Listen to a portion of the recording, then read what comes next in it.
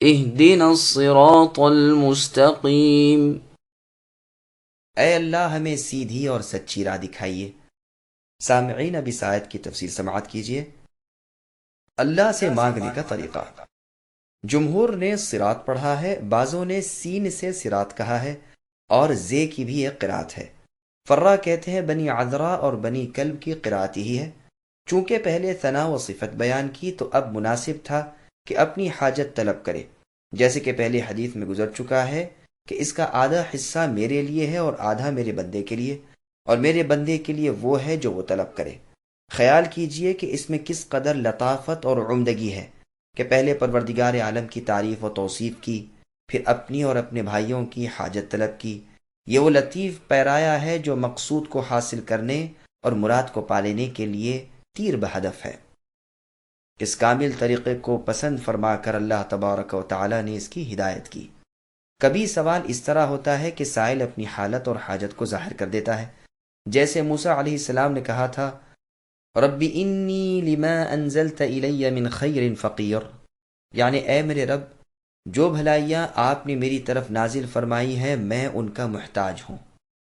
اور یونس علیہ السلام نے بھی اپنی دعا میں کہا لا الہ الا انت سبحانک انی کنت من الظالمین، کہ اے اللہ، آپ کے سوا کوئی معبود برحق نہیں، آپ پاک ہیں، میں ظالموں میں سے ہوں۔ کبھی سوال اس طرح بھی ہوتا ہے کہ سائل صرف تعریف اور بزرگی بیان کر کے چپ ہو جاتا ہے، جیسے کہ شاعر کا قول ہے اَأَذْكُرُ حَاجَتِي أَمْ قَدْ كَفَانِي حَيَاؤُكَ إِنَّ شَيْمَتَكَ الْحَيَاءُ إِذَا أَثْنَى عَلَيْكَ الْمَرْءُ يَوْمًا كَفَاهُ مِنْ تَعَرُّضِهِ الثَّنَاءُ، کہ مجھے اپنی حاجت کے بیان کرنے کی کوئی ضرورت نہیں، آپ کی مہربانیوں بھری بخشش ہی اے اللہ مجھے کافی ہے۔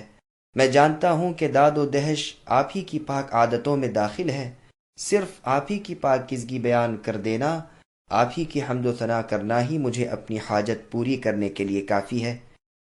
ہدایت کے معنی یہاں پر ارشاد اور توفیق کے ہیں۔ کبھی تو ہدایت فی نفسی ہی متعدی ہوتی ہے، جیسے یہاں ہے تو معنی الہمنا، وفقنا، ارزقنا اور اعطینا، یعنی ہمیں اے اللہ ارشاد فرمائیے، ہمیں توفیق دیجیے، ہمیں رزق عطا کریں، ہم کو دیجیے۔ دوسری جگہ ہے وہدیناہ النجدین، یعنی ہم نے انسان کو دونوں راستے دکھائے، بھلائی اور برائی دونوں کے۔ اور کبھی ہدایت الہ کے ساتھ متعدی ہوتی ہے، جیسے فرمایا اجتباہ وہداہ الی صراط مستقیم، اور فرمایا فہدوہم الی صراط الجحیم۔ یہاں ہدایت ارشاد اور دلالت کے معنی میں ہے۔ اسی طرح فرمان ہے وَإِنَّكَ لَتَهْدِي، یعنی آپ اے نبی البتہ سیدھی راہ دکھاتے ہیں۔ اور کبھی ہدایت لام کے ساتھ متعدی ہوتی ہے، جیسے جنتیوں کا قول قرآن کریم میں ہے الحمد للہ الذی ہدانا لہذا، یعنی اللہ کا شکر ہے کہ اللہ نے ہمیں اس کی راہ دکھائی، یعنی توفیق دی اور ہدایت والا بنایا۔ صراط مستقیم سے کیا مراد ہے؟ امام ابو جعفر ابن جریر طبری فرماتے ہیں مراد اس سے واضح اور صاف راستہ ہے جو کہیں سے ٹیڑھا نہ ہو۔ عرب کی لغت میں اور شاعروں کے شعر میں یہ معنی صاف طور پر پائے جاتے ہیں، اور اس پر بے شمار شواہد یعنی گواہیاں موجود ہیں۔ صراط کا استعمال بطور استعارے کے قول اور فعل پر بھی آتا ہے، اور پھر اس کا وصف استقامت اور ٹیڑھے پن کے ساتھ آتا ہے۔ سلف اور خلف مفسرین سے اس کی بہت سی تفسیریں منقول ہیں، اور ان سب کا خلاصہ ایک ہے، اور وہ اللہ و رسول صلی اللہ علیہ وسلم کی پیروی اور تابعداری ہے۔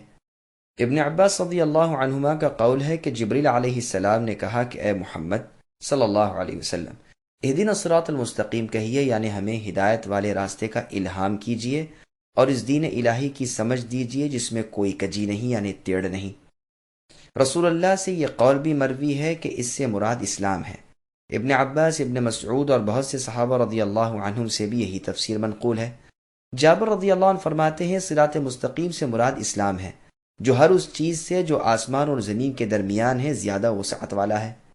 ابن حنفیہ رحمۃ اللہ علیہ فرماتے ہیں اس سے مراد اللہ تعالیٰ کا وہ دین ہے جس کے سوا کوئی اور دین مقبول نہیں۔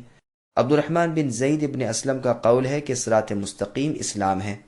مسند احمد کی ایک حدیث میں مروی ہے کہ رسول اللہ صلی اللہ علیہ وسلم نے فرمایا اللہ تعالیٰ نے ایک مثال بیان کی صراط مستقیم کی کہ اس کے دونوں طرف دو دیواریں ہیں، ان میں کئی ایک کھلے ہوئے دروازے ہیں، اور دروازوں پر پردے لٹک رہے ہیں۔ صراط مستقیم کے دروازے پر ایک پکارنے والا مقرر ہے جو کہتا ہے کہ اے لوگو، تم سب کے سب اسی سیدھی راہ پر چلے جاؤ، ٹیڑھی ترچھی ادھر ادھر کی راہوں پر نہ جاؤ۔ ایک پکارنے والا اس راستے کے اوپر ہے۔ جب کوئی شخص ان دروازوں میں سے کسی کو کھولنا چاہتا ہے تو وہ کہتا ہے کہ خبردار اسے نہ کھولنا، تو اس راہ سے الگ ہو جائے گا اور صراط مستقیم سے ہٹ جائے گا۔ پس صراط مستقیم تو اسلام ہے اور دیواریں اللہ کی حدیں ہیں، اور کھلے ہوئے دروازے اللہ تعالیٰ کی حرام کردہ چیزیں ہیں، اور دروازے پر پکارنے والا قرآن کریم ہے، اور راستے کے اوپر سے پکارنے والا وہ کھٹکا ہے جو ہر ایماندار کے دل میں اللہ تعالیٰ کی طرف سے بطور واعظ کے ہوتا ہے۔ یہ حدیث ابن ابی حاتم، ابن جریر، ترمذی اور نسائی میں بھی ہے، اور اس کی اسناد حسن صحیح ہے، واللہ عالم۔ مجاہد رحمۃ اللہ علیہ فرماتے ہیں اس سے مراد حق ہے۔ ان کا یہ قول سب سے زیادہ مقبول ہے اور ان سب اقوال میں کوئی مخالفت نہیں۔ ابو العالیہ رحمۃ اللہ علیہ فرماتے ہیں اس سے مراد نبی صلی اللہ علیہ وسلم اور آپ کے بعد آپ کے دونوں خلفاء ہیں، یعنی ابو بکر و عمر رضی اللہ عنہما۔ ابو العالیہ رحمۃ اللہ علیہ اس قول کی تصدیق اور تحسین کرتے ہیں۔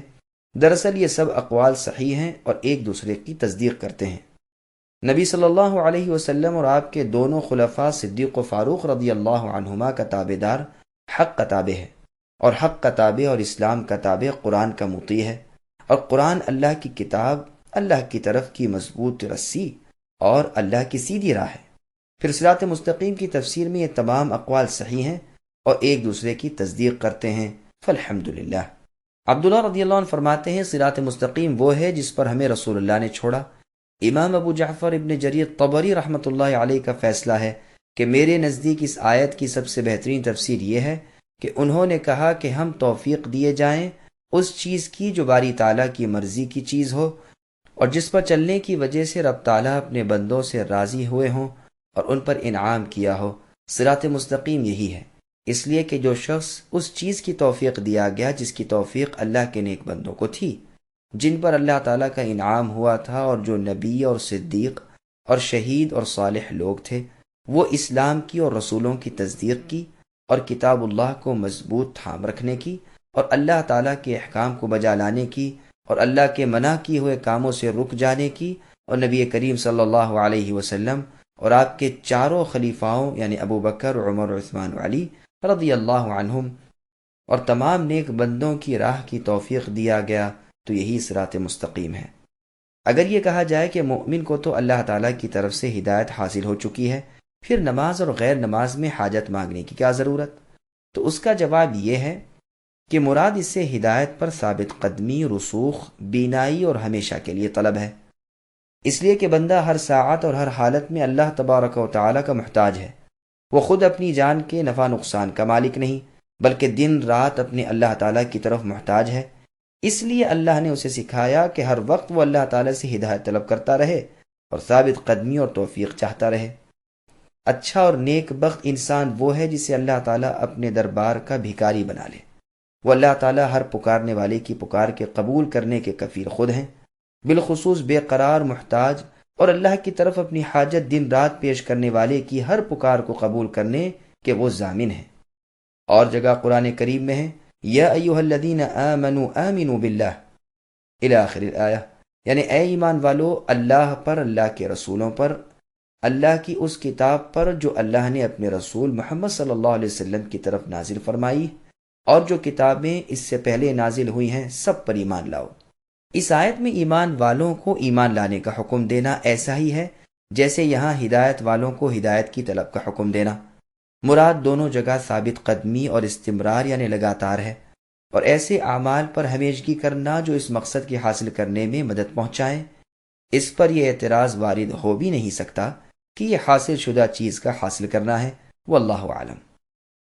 اور دیکھیے اللہ رب العزت نے اپنے ایماندار بندوں کو حکم دیا ہے کہ وہ کہیں ربنا لا تزغ قلوبنا بعد اذ هديتنا وهب لنا من لدنك رحمة انك انت الوهاب، یعنی اے ہمارے رب، ہمارے دلوں کو ہدایت کے بعد ٹیڑھا نہ کیجیے اور ہمیں اپنے پاس کی رحمت عطا فرمائیے، آپ بہت بڑے دینے والے اور عطا فرمانے والے ہیں۔ یہ بھی روایت ہے کہ ابو بکر صدیق رضی اللہ عنہ مغرب کی تیسری رکعت میں سورہ فاتحہ کے بعد اس آیت کو پوشیدگی سے پڑھا کرتے تھے۔ پس اہدنا الصراط المستقیم کے معنی یہ ہوئے کہ یا اللہ ہمیں صراط مستقیم پر ثابت قدم رکھیے اور اس سے ہمیں نہ ہٹائیے۔ ابو بکر صدیق رضی اللہ عنہ کا یہ اثر امام مالک نے اپنی موطا میں بسند صحیح ذکر کیا ہے۔